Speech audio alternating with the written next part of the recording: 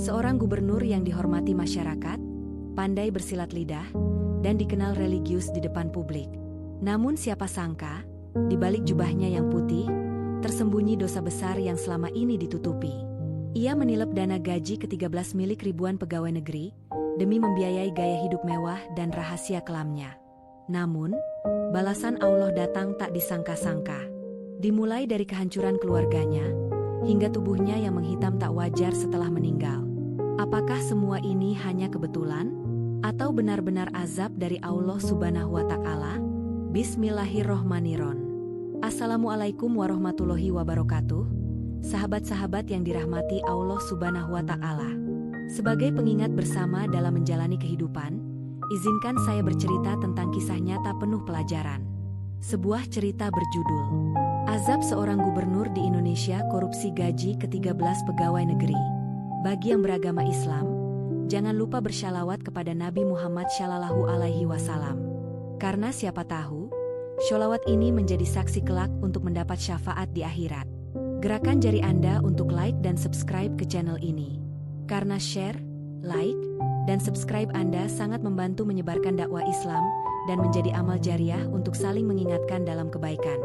Skene pembukaan di kantor gubernuran, Pak Ridwan sedang memberi pidato di depan pegawai, mengutip ayat dan hadits sambil memamerkan kepedulian kepada rakyat.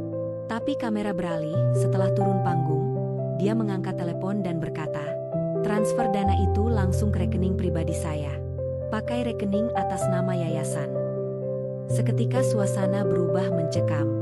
Firman Allah dalam Quran Surat Al-Baqarah ayat 42. Dan janganlah kamu campur adukan yang hak dengan yang batil, dan janganlah kamu sembunyikan yang hak, sedang kamu mengetahui. Pak Yanto dan kawan-kawan pegawai negeri lainnya berkumpul dengan wajah resah. Gaji ke-13 tak kunjung cair. Beberapa sudah berutang demi kebutuhan sekolah anak-anak. Pak Yanto, sudah 3 bulan dibilang akan cair minggu depan. Tapi mana buktinya? Suasana sedih dan penuh tekanan ekonomi mulai menyelimuti. Doni, si sopir pribadi gubernur, sedang ngobrol dengan satpam kantor gubernuran. "Doni, dari dulu saya juga ngarep THR, tapi saya dapetnya THU. Tanggung harapan uang." Semua tertawa sebentar, meski getir. Namun, tawa itu menutupi luka yang mendalam. Bu Rani, istri gubernur, mulai curiga dengan gelagat suaminya.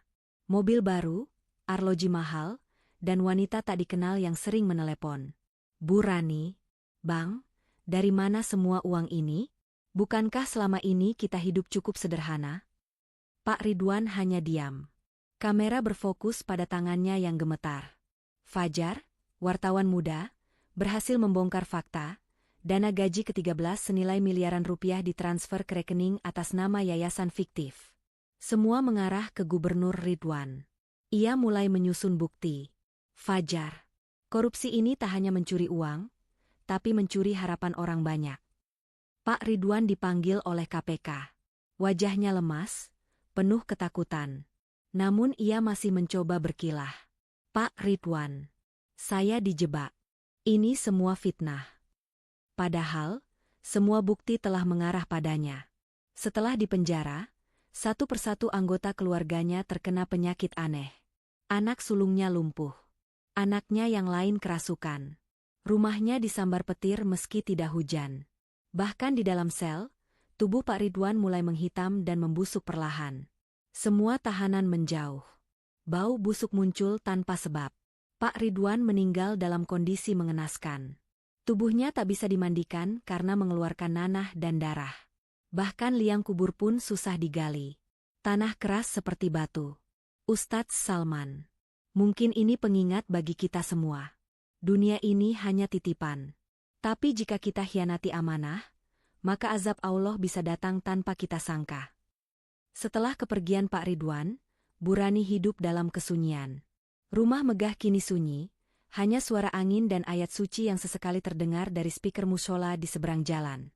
Ia termenung di ruang tamu, melihat album foto keluarga. Bu Rani berkata dengan lirih, "Apa gunanya semua harta itu, jika akhirnya anak-anakku menderita, dan suamiku berakhir dalam azab?" Satu hari ia mendatangi Ustadz Salman, menangis sambil memohon petunjuk. Ia memutuskan menyumbangkan seluruh harta peninggalan suaminya ke pesantren dan panti asuhan. Mulai saat itu, ia memakai jilbab syari dan menjadi pengajar anak-anak yatim. Doni, sopir pribadi gubernur, kehilangan pekerjaan. Tapi ia tidak menyerah. Ia kembali ke kampung halamannya di Subang. Di sana ia bergabung dengan madrasah. Dari tukang sapu pesantren, ia ikut mengaji, hingga akhirnya bisa menghafal 15 juz dalam 3 tahun. Doni dengan nada lucu berkata pada teman-temannya, "Dulu aku hafalnya rute jalan Jakarta-Bogor, sekarang hafalnya ayat Al-Quran." Tawa pun pecah, penuh bahagia.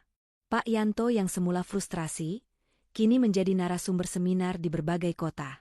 Ia mengajarkan pentingnya integritas bagi PNS dan anak muda.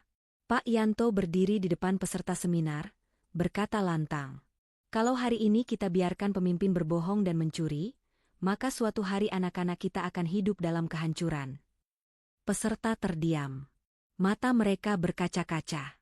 Fajar menerbitkan bukunya. Judul, Gaji Tertunda, Azab Terbuka. Buku itu viral. Diangkat ke film. Banyak orang yang tadinya acuh mulai sadar bahwa amanah itu berat. Dalam wawancara TV, Fajar mengatakan, "Saya hanya ingin agar tidak ada lagi rakyat kecil yang terzalimi oleh pemimpinnya sendiri. Karena ketika pemimpin berkhianat, maka murka Allah jauh lebih keras dari hukum manusia." Kamera memperlihatkan mimpi terakhir yang dialami Pak Ridwan sebelum meninggal. Ia melihat dirinya diseret oleh ribuan orang yang menjerit, wajahnya ditarik-tarik, tubuhnya dibakar. Di tengah kobaran api, suara lantang bergema. Inilah balasan bagi pengkhianat umat, yang berselimut agama, tapi menusuk di dalam gelap. Ia terbangun. Tapi tak lama kemudian, ia wafat dalam sujud yang menegang. Bau busuk muncul. Wajahnya menghitam dan mata melotot. Nisa, anak yatim usia 7 tahun di pesantren tempat Burani mengajar, menangis di malam hari. Ia bermimpi melihat seorang pria tua berwajah hitam, duduk sendirian di padang yang panas, meminta air tapi tidak bisa bicara. Burani bertanya lembut, "Wajahnya seperti apa, Nak?" Nisa menjawab, "Hitam seperti terbakar. Tapi matanya seperti minta tolong." Burani menangis diam-diam. Ia tahu, itu mungkin arwah suaminya. Setelah menerima hadiah dari santri dan pesantren, karena berhasil menghafal Al-Quran 30 juz, Doni mengumrohkan ibunya. Saat berdiri di depan Ka'bah, Doni menangis terisak. "Dulu saya cuma sopir koruptor. Sekarang saya jadi penjemput ridho Allah." Tangisan ibunya memecah keheningan. Kamera memperlihatkan Ka'bah dari atas, dengan suasana haru dan penuh syukur. Fajar diundang ke sebuah talk show TV nasional. Ia berhadapan dengan seorang politisi senior yang mencoba membela praktik toleransi korupsi.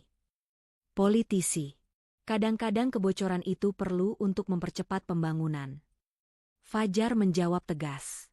"Kalau kita beri toleransi pada dosa kecil, maka kita sedang menyiapkan neraka untuk generasi yang besar."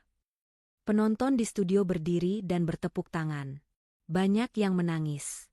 Kamera memperlihatkan makam Pak Ridwan. Batu nisannya penuh lumut. Tanahnya retak-retak. Beberapa warga mengatakan makam itu sering terdengar suara tangis. Sebuah plakat diletakkan di dekatnya oleh pesantren. Disinilah dikuburkan seorang yang pernah diberi amanah oleh rakyat, namun lebih memilih menzalimi mereka. Orang-orang yang ziarah membaca surat Yasin dengan wajah khusyuk. Ustadz Salman berdiri membelakangi kamera. "Kita semua pemimpin. Minimal bagi diri sendiri. Jangan pernah kita khianati amanah yang Allah titipkan." Pesantren mengadakan kegiatan ziarah ke makam Pak Ridwan. Anak-anak berjejer rapi. Mereka membaca surat Yasin dan Al-Mulk. Tiba-tiba, langit mendung. Angin berhembus kencang. Salah satu anak kecil berkata, "Kenapa anginnya jadi dingin ya, Burani?" Burani menjawab dengan mata berkaca-kaca, "Mungkin arwah yang di sini sedang mendengarkan doa kalian." Semua menunduk. Beberapa anak menangis tanpa tahu alasannya. Ustadz Salman menceritakan kepada Pak Yanto bahwa malam tadi ia bermimpi. Dalam mimpinya, Pak Ridwan datang dengan pakaian compang-camping, memohon maaf. Saya tidak bisa bicara di alam sana.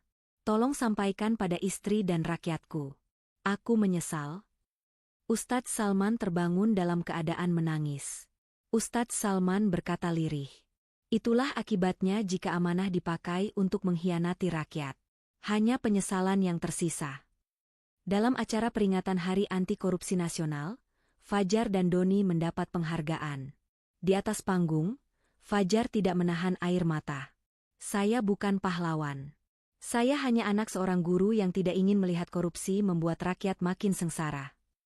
Doni mendampingi dengan wajah tenang, sambil memegang mushaf kecil yang ia bawa sejak menjadi sopir. Bu Rani menulis surat terbuka yang dibacakan di stasiun TV nasional. Isi surat. Wahai para pemimpin, jangan ikuti jejak suamiku. Ia adalah sosok yang baik, tapi salah dalam memilih jalan. Jangan kalian ulangi kesalahannya. Karena harta yang kalian ambil dari rakyat, akan menjadi api yang membakar kalian di akhirat. Surat itu viral dan dibacakan di berbagai masjid dan majelis ta'lim. Senja menyapa. Kamera mengikuti Bu Rani berjalan sendirian di halaman pesantren. Anak-anak bermain di kejauhan. Suara adzan maghrib terdengar pelan. Bu Rani berkata dengan senyum kecil. Dulu aku hidup dalam dunia istana, tapi hatiku kosong. Sekarang aku hidup sederhana, tapi setiap langkahku terasa bersama Allah. Zoom out. Langit senja berubah jingga. Pemimpin sejati bukan yang banyak berkata, tapi yang jujur dalam menjaga amanah rakyat. Karena kelak, segala jabatan akan ditanggalkan. Dan hanya amal yang berbicara.